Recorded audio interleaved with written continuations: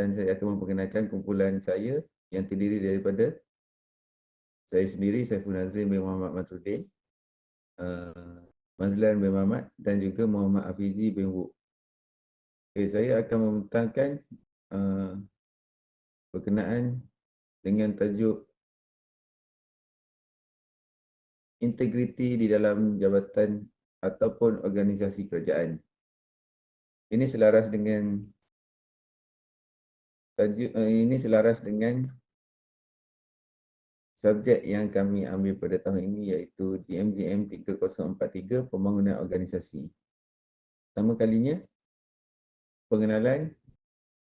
Nombor 1, pelbagai masalah kekurangan maklumat, arahan yang jelas, konflik kerja dan rasa tidak puas hati berlaku dalam organisasi.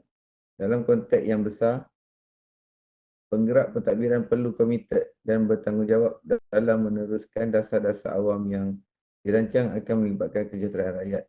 Perlu diambil kira dengan itu, pentadbiran dan pengurusan mesti diletak di bawah pimpinan organisasi. Nombor 2, dalam mengurus sebuah organisasi dengan jayanya, setiap permasalahan yang wujud akan dikenal pasti. Konflik yang wujud tidak semua menghasilkan perkara yang negatif, ada juga yang positif yang memerlukan kerjasama dan pemahaman semua pihak.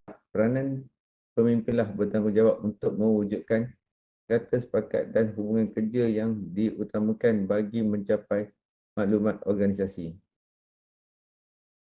Nombor 3, sesebuah organisasi bekerja dalam bentuk kumpulan. Penilaian yang dibuat menyeluruh dengan memahami konsep hubungan kerja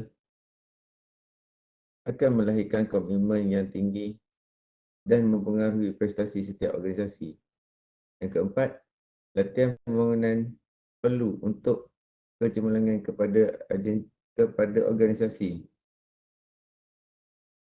Permufakatan adalah strategi yang boleh mengurangkan konflik antara dua pihak bagi mencari alternatif bagi kepentingan dan penyelesaian masalah bersama. Dan yang terakhir, isu teknostruktur dan strategi antara isu semua yang menjadi kekangan yang akan mengubah input hasil yang akan dibina perolehi penilaian prestasi kerja. Salah satu punca hubungan pekerja dengan pihak pengurusan yang berlaku tidak upaya membentuk komunikasi yang baik.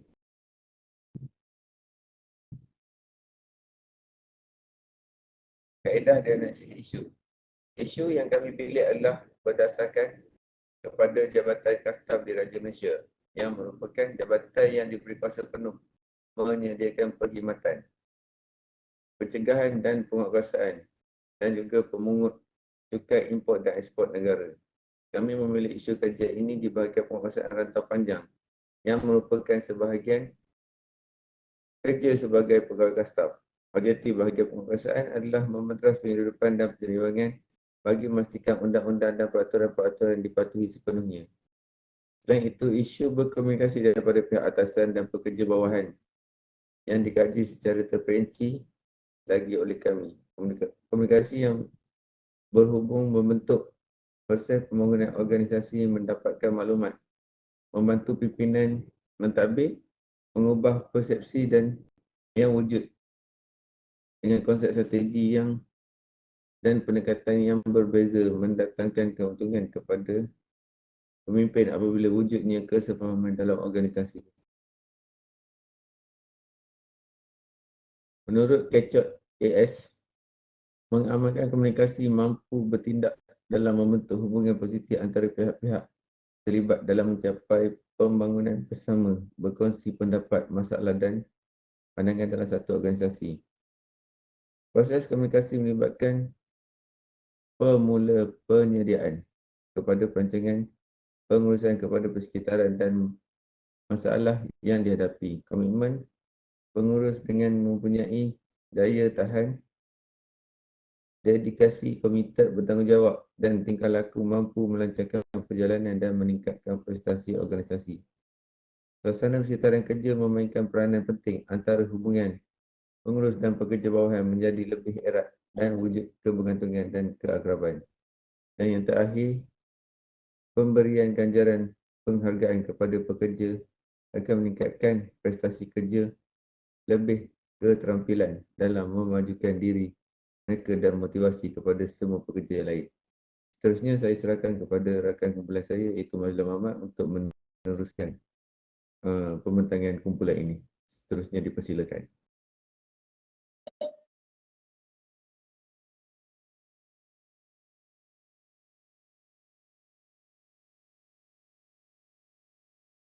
Okey, seterusnya perincian dan ulasan diagnosis. Kemahiran komunikasi bukan sahaja melalui perbincangan, juga melibatkan komunikasi secara non-verbal, bahasa badan, hubungan mata, gerak tangan dan nada suara apa yang cuba disampaikan. Pemimpin yang kurang kemahiran komunikasi akan melemahkan organisasi tersebut. Sikap pemimpin begini akan mengakibatkan perjalanan semua program tidak fokus kerana memberi arahan tanpa penerangan menyebabkan maklumat tidak jelas tidak sampai ke pengetahuan semua pekerja. Pengurusan yang berwibawa dapat menyumbangkan kepada kesejahteraan dan pengurusan organisasi. Jika hubungan tidak mesra di kalangan semua pihak dan tiada penghargaan, keperluan serta kebajikan tidak dijaga akan membawa kekangan dan masalah berpanjangan dalam bahagian penguatkuasaan rantau panjang. Next.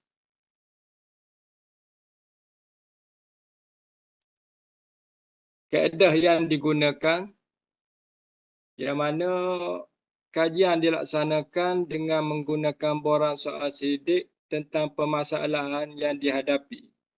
Kajian ini berpandukan kajian lepas dan pandangan menerusi bidang penyelidikan kemahiran komunikasi yang mantap meningkatkan budaya kerja.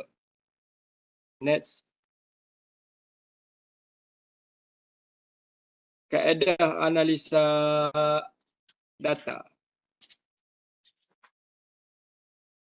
Kaedah yang digunakan untuk menganalisa data di mana kajian menggunakan pendekatan kuantitatif dengan mengedarkan borang kaji selidik melibatkan pekerja atau pegawai yang berkhidmat di Jabatan Kastam Rantau Panjang, bahagian penguatkuasaan rantau panjang. Kaedah temu buah dijalankan bagi mengetahui lebih terperinci keadaan pegawai kastam dalam menghadapi suasana kerja dan arahan daripada pihak atasan. Next. Pelaksanaan intervensi. Pelaksanaan intervensi di seluruh peringkat pengurusan tertinggi organisasi supaya berlakunya kecekapan pentadbiran dan matlamat kerana memerlukan pengetahuan kaedah strategi kepakaran, kemahiran dan amalan dalam melaksanakan perubahan sistematik. Pihak atasan akan merancang plan tindakan bersama. Segala tindakan akan disatukan dapat mengintegrasi kaedah dan prosedur baru. Ia juga mengukuhkan semula tingkah laku dengan tujuan mengorganisasikan struktur dan reka bentuk kerja. Setiap kaki tangan JKDN akan menyumbang kewujudan organisasi bersaing secara berhemah dengan agensi-agensi lain dalam memberi perkhidmatan.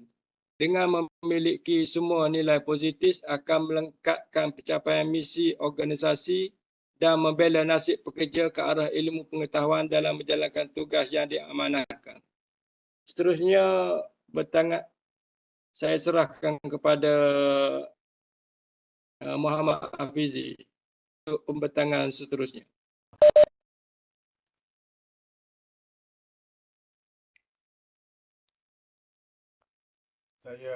Assalamualaikum, saya Muhammad Hafizi 267157 menyambung lagi apa yang telah dibentangkan oleh Encik Mazlan, yang mana cadangan intervensi perubahan dan pelaksanaan. Tanggungjawab dan amanah menjadi tugasan penting bagi individu di dalam organisasi. Pelaksanaan intervensi dalam organisasi perlu bersatu padu dan bekerjasama dengan mengenepikan sikap dan tingkah laku peribadi. Kesediaan pihak pengurusan tertinggi mencari penyelesaian kepada setiap permasalah dengan melakukan penambahbaikan dalam pembangunan organisasi.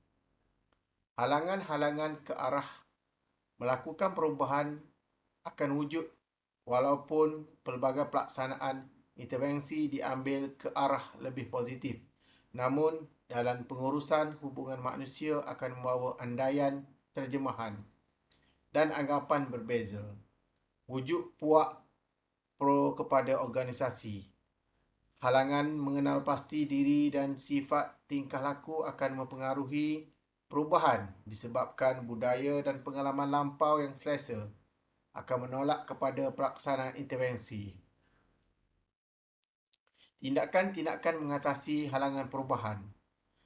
Pengurusan tertinggi perlu merendahkan nada suara dan berlapang dada dalam menjalankan komunikasi demi mendapatkan maklum balas daripada pekerja. Komunikasi dua hala akan membentuk semangat yang lebih positif diambil kira dalam hubungan terus serta sentiasa memberi penghargaan, mewujudkan persekitaran yang kondusif dan efisien. Dan secara kesimpulannya, pengurusan memerlukan komunikasi berupaya membentuk corak yang berkesan dalam memajukan sesebuah organisasi. Penggunaan dan tahap keberanian adalah penting dalam diri seseorang pengurus dalam menyebarkan dan menyampaikan maklumat yang tepat kepada pekerja. Organisasi bahagian penguatkuasa merupakan suatu sistem jabatan yang dinamik dan terus melonjak ke arah perubahan yang optimum yang dipengaruhi oleh kemahiran sumber tenaga manusia, keperluan, motivasi, penghargaan, kemudahan, dorongan dan sebagainya dengan pelaksanaan intervensi sebagai satu langkah menyokong matlamat organisasi. Dengan intervensi yang dilaksanakan akan meningkatkan pengetahuan, kemahiran dan kepakaran di samping mewujudkan keseimbangan hubungan kerja dalam jabatan yang membawa kepada kejayaan dan kecemerlangan prestasi berterusan. Sekian dulu pembentangan daripada ahli kumpulan kami yang disertai oleh Encik Saiful, Encik Mazlan dan saya sendiri, Muhammad Hafizi. Semoga pembentangan ini memberi manfaat dan juga membantu ahli kumpulan kami dalam penyampaian yang telah disampaikan pada hari ini. Sekian. Assalamualaikum warahmatullahi taala wabarakatuh.